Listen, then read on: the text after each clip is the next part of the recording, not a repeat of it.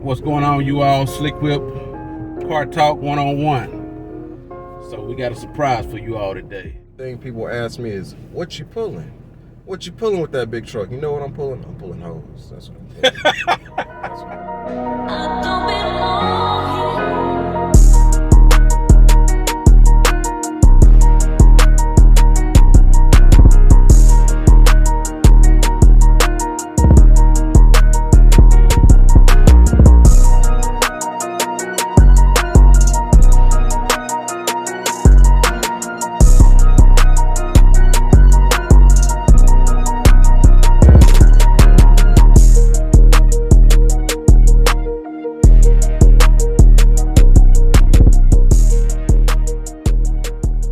F-250 Super Duty. Yes, sir. Yes, sir.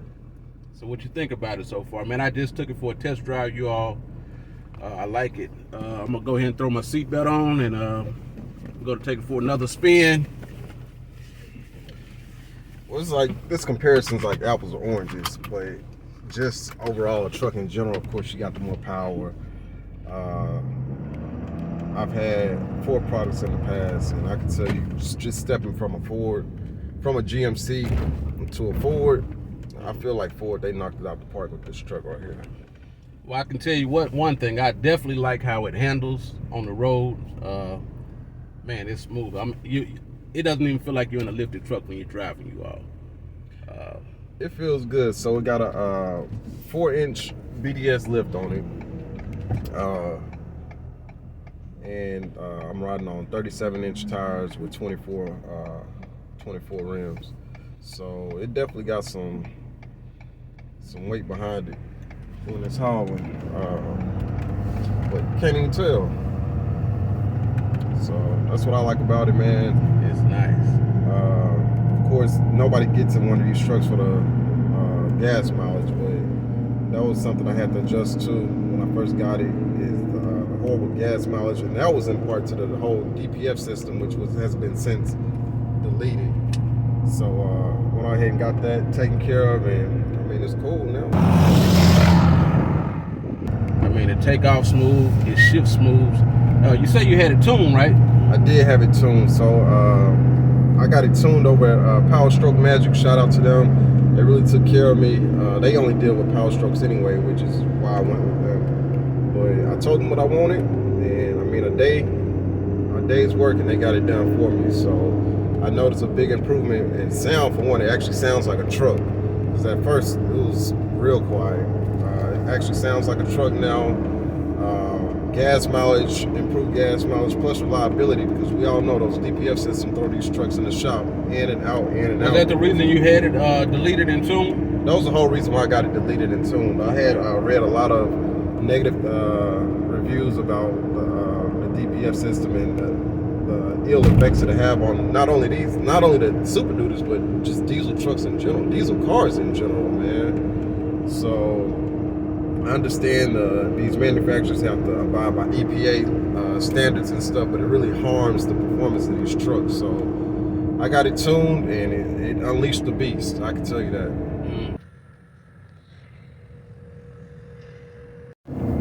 So what was the fuel mileage you was getting before you got it deleted? I was getting about 12.3, somewhere off in there. And that was trying to keep my foot out of it. Of course, these trucks, they're fun to drive, so it's kind of hard to keep your foot out of it.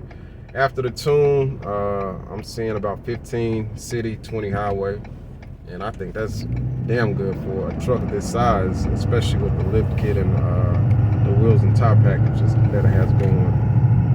Yeah. Like I said, I came from a GMC. I didn't really cross shop any other 3/4 ton trucks. I knew what I wanted. I would have purchased this truck back in 2017 when they first came out, but I ended up going with the GMC instead. And I can tell you that I really feel like Ford puts out a better package than GMC. Owning both vehicles, just interior wise, it's miles ahead of GMC. I would have loved to have gotten another GMC, the newer truck, but they dropped the ball with the interior. And I'm not a brand fan, you know. I could drive something and appreciate it for what it is, and so I don't ride anybody's coattail when it comes to reviewing a truck or a vehicle. I just like what I like, and I can tell you this is a better product. So you got the adjustable Fox coilovers. Right. Which do you like the way how it rides right now? Do you feel like you need to switch it a notch on the reservoir? You know, I thought about that, and to be honest with you, I like the way this truck drives on the highway. It does get bumpy on bumpier roads, and you know what? That could be in part too that it's a 3/4 ton truck and it's unloading. I'm sure if you put a trailer back there, it won't be as jumpy. But with it being unloaded and with it having the heavy duty suspension, I kind of feel like it's going to be a bit bouncier than normal.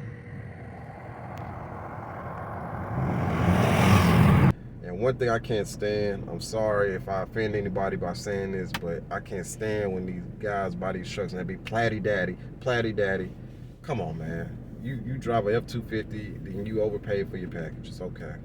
But I mean, I got a Lariat, and I didn't care for massaging seats. I actually sat in the truck with massaging seats, and it's a novelty. It's one of those things where you hit in the passenger side, you like, you feel that? I got that. It's massage seats. It's nice to have. So it's basically something to flex with when you have somebody riding with you. Like, exactly. Yeah, turn the massage seats on. Exactly. So, but other than that, man, this truck has the Lariat. So it has heated and cooled seats, which was important to me, but also it has heated seats in the back, which is that's you nice, can't really find it in any other truck with actually heated seats in the back. I feel like these manufacturers, they don't try to appease back passengers. They kind of an afterthought. So for them to add heated seats back there, that was pretty dope right there. Well, they better start accommodating the passengers in the back, because there's a lot of Uber drivers out here. Yeah, you're right. You know? You're right. So, yeah. But going back to your original question, is what made me how was it buying a truck in this market right here? Yeah. I kept looking online, and I found this truck. Long story short, went in, and they tried to jerk me over with the financing aspect of it. I didn't have a problem with the out the door costs of the truck at all, but more so the interest rates that they told me that were market rate, which they weren't. Not for what my credit is. They just tried to jerk me over. I ended up going to the credit union. They got me right, and I will tell you this: if anybody's in the market for a car, never use the dealership lenders. Always go to the credit union, because they got your best interest at heart. The lenders, the dealership, they just want to make a sale. This truck right here, the process, it was fairly easy. The guy told me, he's like, man, if you don't buy this truck, I guarantee it won't be here much longer. He's like, I got 3 other guys, that want this truck. So he really wasn't trying to make a sale, because he already knew it was a nice truck. I walked on a deal initially because of the interest rate, and I went onto the website, and the truck was sold. And I was like, golly. So the next day, I called back. I was like, man, is there any way that truck's still for sale? And he was like, yeah, it's still for sale. When you picking it up? I said, I'll be there today. So. Okay, so what made you give up your GMC Sierra 1500 for the F-250? Like, was it anything in particular that say, hey, man, you know what, I'm just going to get rid of this truck and just get me another one? Yeah, I'm going to tell you like this, man. That GMC, it was like a pretty girl that you wanted to love, and she wasn't returning the love back to you. That's exactly how it was. That truck was a beautiful truck, but it had so many issues, and I just didn't want to deal with it.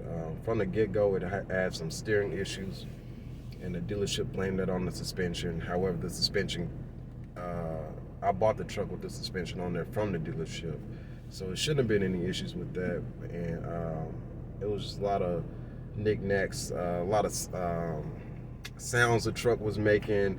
The transmission had to be replaced at, I think, 80,000 miles. Wow. Yeah, man. Wow. So I really, really love that truck, but it was not good to me at all. And I hated dealing with GMC. I hated dealing with that dealership, and I had enough of it. When they told me that, you know, it still had a good value for it when I went to trade it in, I didn't even try to ask for more money on the trade, and I was just, yeah, hey, this truck, you could have it. Is there anything that you did like about the truck that the Ford didn't have? No. And I was shocked, man. Like, it was little things about the truck that I appreciated. That this truck, it just does better anyways. I mean, Ford, like I said, they knocked it out the park with this truck. The only thing that I liked about the GM truck over this truck right here is the fact that the four-wheel drive aspect of it. So for those of you who don't know, GM, their truck has auto four-wheel drive, and you can drive around in auto at all times. It's based on all-wheel drive truck, so if it's wet outside, you don't have to deal with, I'll just turn the knob in 4 low, 4 high, whatever. You don't have to deal with that. You just put it in auto. This truck right here has 2 high, 4 high, and 4 low, and I have to ride around 2 high. Now, when it rains, I usually just put my truck in auto, my old truck, and just ride like that, and you know. But unfortunately, when it rains in this truck right here, I can't put it in 4 high because it really does feel like you're gonna mess some stuff up when it's in 4 high and you driving highway speed. So even in the manual, it says don't drive over 50, and even when you drive, you know, around 45, 50, when you turn and it's in 4 high on this truck, you can tell it's not meant to be driven that way. Opposed to the GM, you can drive 70 miles per hour in auto and it does just fine. So. What made you go with the 250 over the F-150? I hate the look of the F-150. I love the look of the F-150. I hate the look of the F-150. And the number one thing people ask me is, what you pulling? What you pulling with that big truck? You know what I'm pulling? I'm pulling hose. That's what I'm pulling. That's what I'm pulling.